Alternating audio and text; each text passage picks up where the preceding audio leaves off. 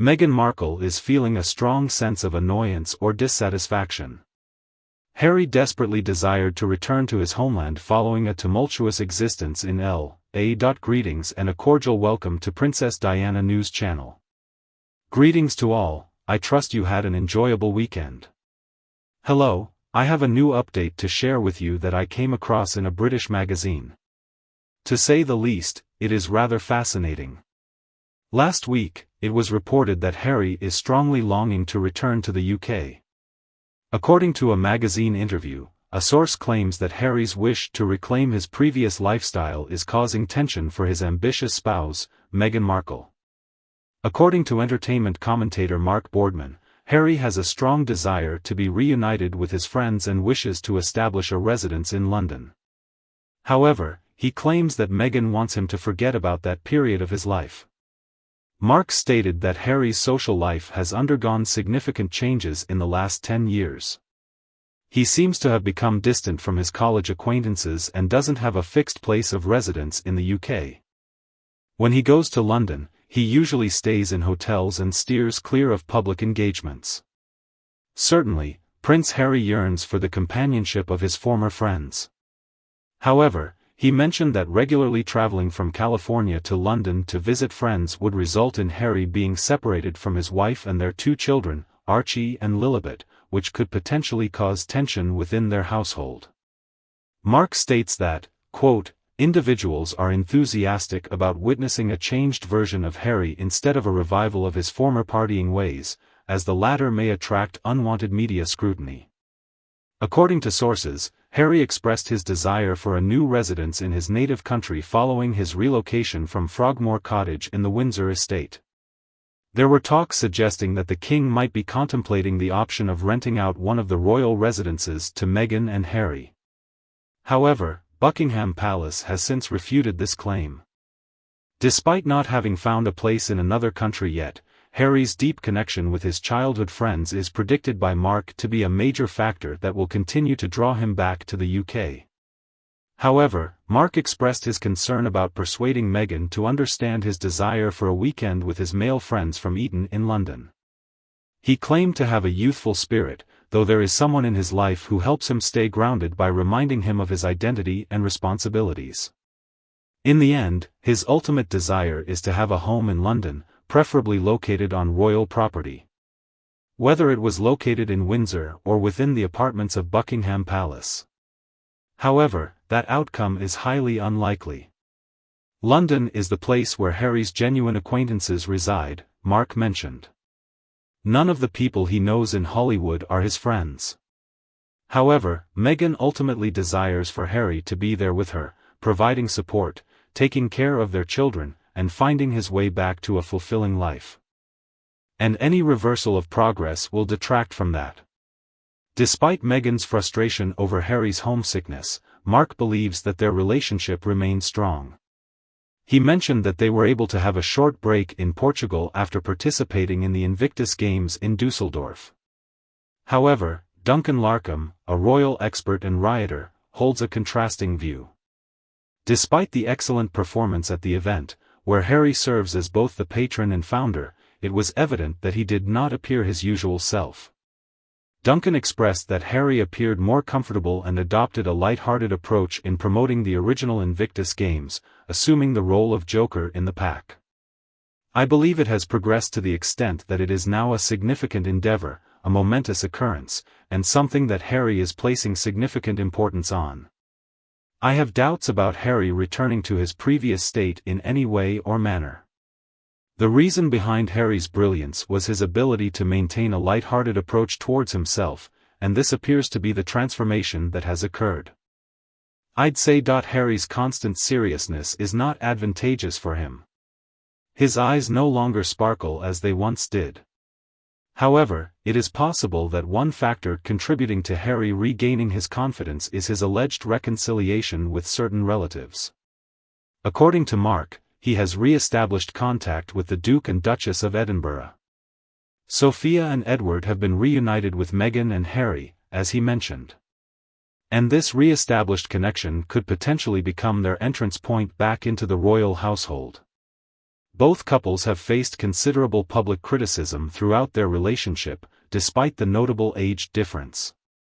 The continuous relationship between Harry and Sophie is evident through their recent interactions at the Invictus Games, where Sophie has consistently served as a trusted source of support for him.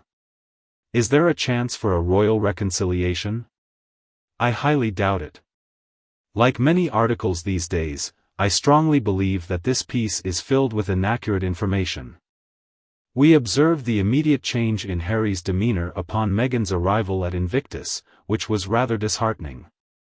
The justification they are offering lacks logic. Harry is not as exceptional and remarkable as Mr. Duncan's statement was as follows.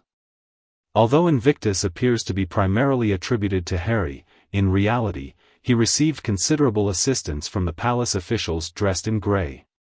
One notable accomplishment is the establishment of Invictus during Harry's tenure as a committed member of the royal family. Let's assess whether he has achieved anything of importance since his separation from royal duties caused by his self-centered spouse. Furthermore, it is worth mentioning that no evidence was presented during the entire process to indicate whether Meghan and Harry had indeed re-established connections with any members of the royal family, specifically Sophie and Edward. I have strong doubts about this. The Duke and Duchess of Edinburgh have a lot on their plate. At present, Meghan and Harry are dealing with extensive responsibilities, partly due to their departure from their royal responsibilities. Therefore, this implies that they have an increased amount of responsibilities in service of the royal institution. Okay, I'm going to let you all engage in a discussion regarding this topic in the comment section. Therefore, I kindly ask you to share your thoughts on this update with me and the rest of the community. However, for the time being, let's revisit some of the remarks you made on the recent video titled, "This is why we think Meghan lacks originality and cannot succeed by imitating others." In the video, I discussed Meghan's alleged lack of depth and her struggle to develop self-love. Meghan cunningly devised a plan to wed a prosperous British gentleman, utilizing mimicry to replicate the iconic personas of Wallis Simpson and the deceased Princess Diana. Meghan is depicted as extremely impulsive and driven by her emotions, lacking any form of self-restraint. She has always lived without any clear limitations or restrictions. In addition, it can be argued that Meghan possesses the ability to respond solely based on her immediate emotions. She labels them as her reality, devoid of genuine awareness. She receives negative feedback for her failure to recognize limits, acquire knowledge from her errors, or make logical choices.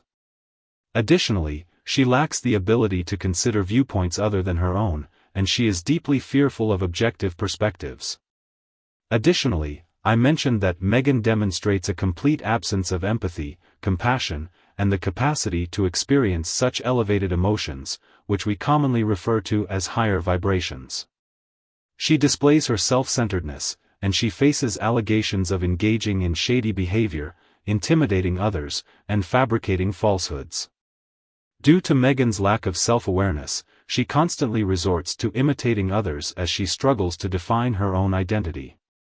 She constantly harbors discontentment as she is unable to attain genuine joy and serenity. Now, let's take a look at your thoughts on this matter. Now, let's address the initial feedback by Sue Clark. I believe you aced it. You provided a clear depiction of her actions and the motives behind them. Sue, I appreciate your kindness. I give my utmost effort. I didn't have to put in much effort since she made it quite clear through her actions. Moving on, let's now hear from Patricia. She possesses no capability for self-reflection.